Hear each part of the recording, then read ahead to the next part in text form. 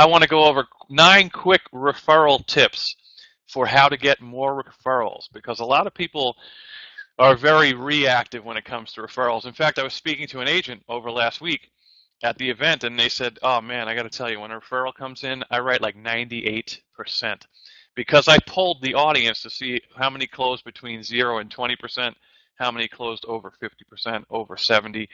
And the numbers are consistently around 5 to 20%. Some of the rock stars obviously close more, but the average or median is somewhere between 5 and 20% closing.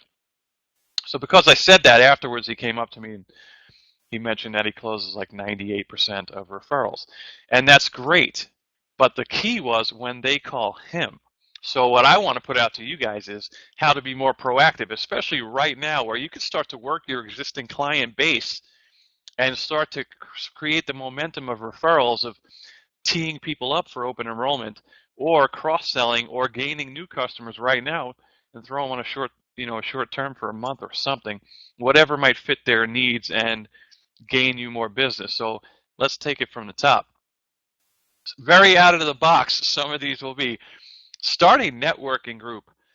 You've heard about networking groups where there's meet and greets, there's like little cocktail hour things.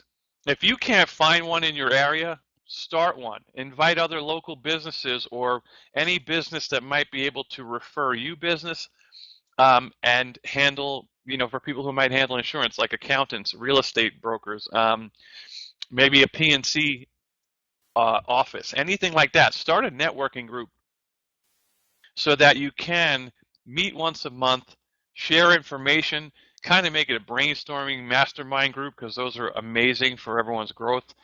We may be doing something like that down the road, which will be really cool for those that want to be involved in that and how to really improve your business and start to position yourself more as a leader and maybe grow your own agency or subdivision, things like that. But it's something to keep in mind is maybe you can just join a group. It's usually a very nominal fee. There's a couple that I have out here that I'm going to start attending because I want to learn and improve and do all that stuff as well. So it's always good for growth, and it's extremely critical for exposure, because I always say if people don't know what you do and where you are, they can't find you.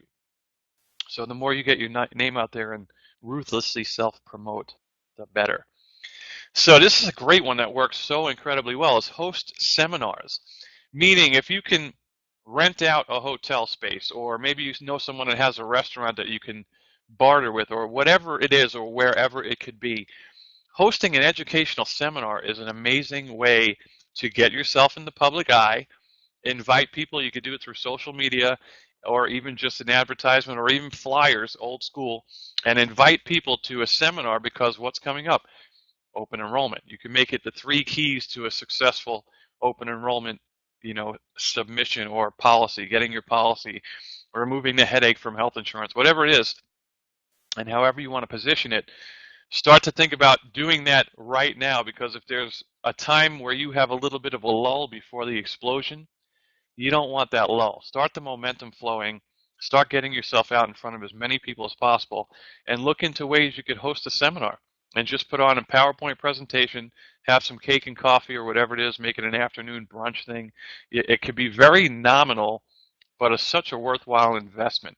So see if there are ways that you could do this in your area, because I've done this very often where I fly out with an agency and we do this whole presentation. And all you do is present people with information. And when they see the information, they're interested in knowing more, because you position yourself as an expert and you've answered questions. And I've even, back in the day, we've run quotes for people, because I say, I'll give you an example. A lot of people don't realize they're paying way too much for their health insurance, because they've basically chosen it and kept it for a while, or they don't know what's out there, or they never comparison shopped.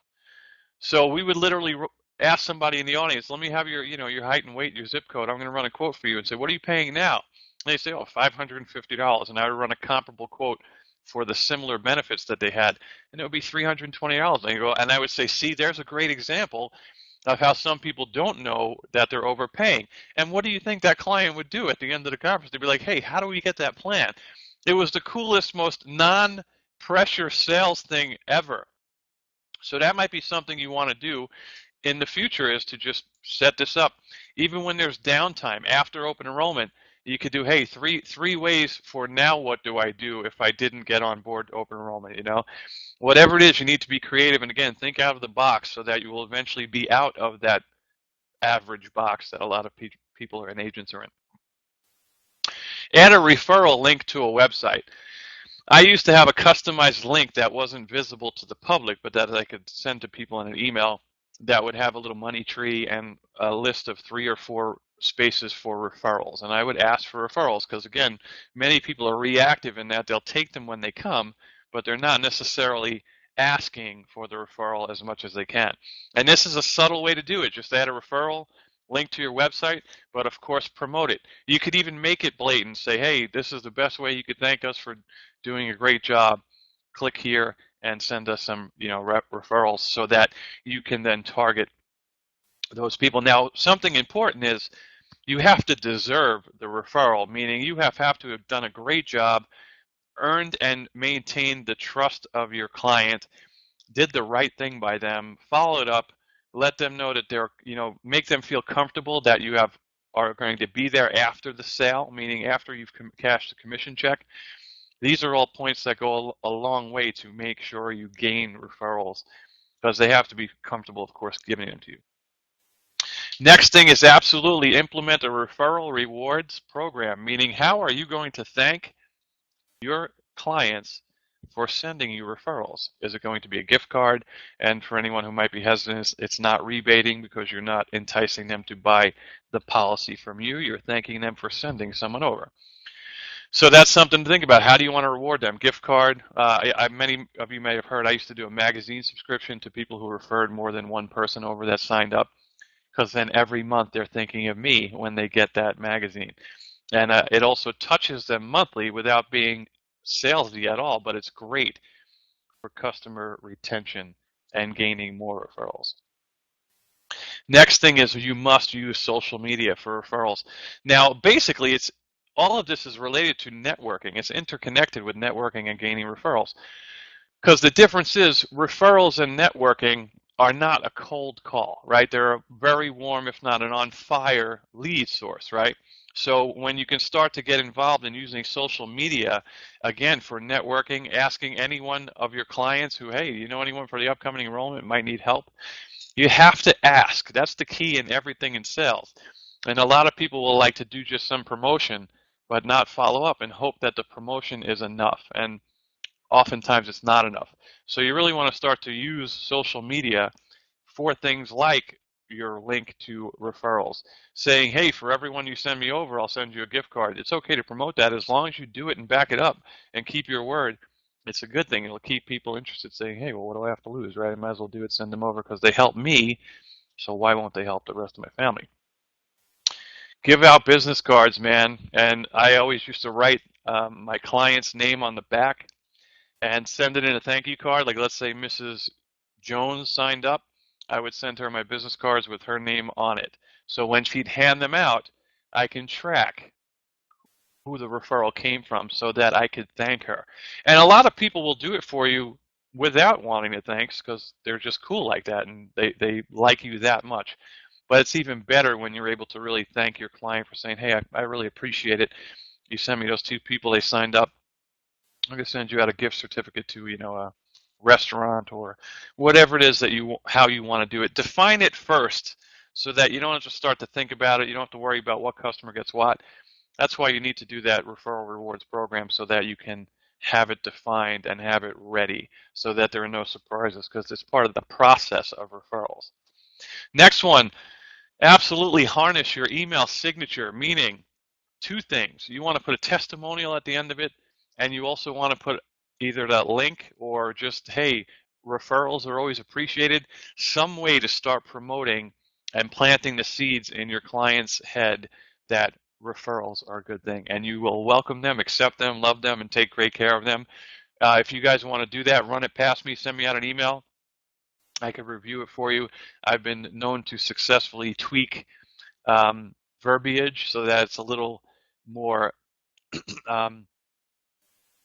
concise and to the point, and a little, let's say, not salesy but service oriented. So you could absolutely do that if you want to run that by me.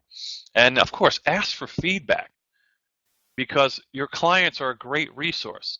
And I always say, ask for feedback, man. And you say, hey, what would I have to do to gain some of your friends and family as referrals? Or what did I do really well? Like, what do you think was great? Why'd you sign up? What made you choose me over another agent? And this is all referral tips, because if someone says, oh, because you were amazing, you actually were the only one that guided me through the headache, then you can say, hey, well, that's great. Is there anyone else I could help that you know of? Because asking the feedback is how you learn and grow, but it also positions you to then have confirmation from that client that you deserve a referral, so you can ask right then and there how to get it. So for me, even if it's just an email, say, hey, on a scale of 1 to 10, how did I do? And if it's like 8, 9, or 10, those are the people you want to ask for referrals first. The other ones, you want to start to maybe earn their business a little more and say, well, hey, what can I do better? Can I add you to a monthly newsletter? Or is there anything, questions you had? Did I not do something? And it'll allow you to learn, grow, and improve. And then, of course, grow your business both referral-wise and retention. So that's pretty important. And here's the number one thing. It's sowing and reaping. Refer business to others, and this connects to the networking group. Send people over. If you have health clients and you connect with a P&C brokerage, send them over. Say, hey, do you mind if I send you over to get a free review on your car insurance or your home insurance? Anything like that. Referring business is the best way to make sure that the energy is turning around of life's boomerang and sending you business back in return. It's funny, no matter what I've done in my career, when someone says, hey man, I really appreciate the help, I'm like, it's all good. If it didn't turn into something where I invested my time right then and there, all of a sudden something out of nowhere seemingly shows up and I'm like, wow, okay, cool. I didn't really do anything for that. At least I don't think so. But I know it's connected to when you are planting those seeds and sowing and reaping. All right, so I have an amazing quote for today from Jim Rohn, one of my favorite authors and speakers. One customer well taken care of could be more valuable than $10,000 worth of advertising.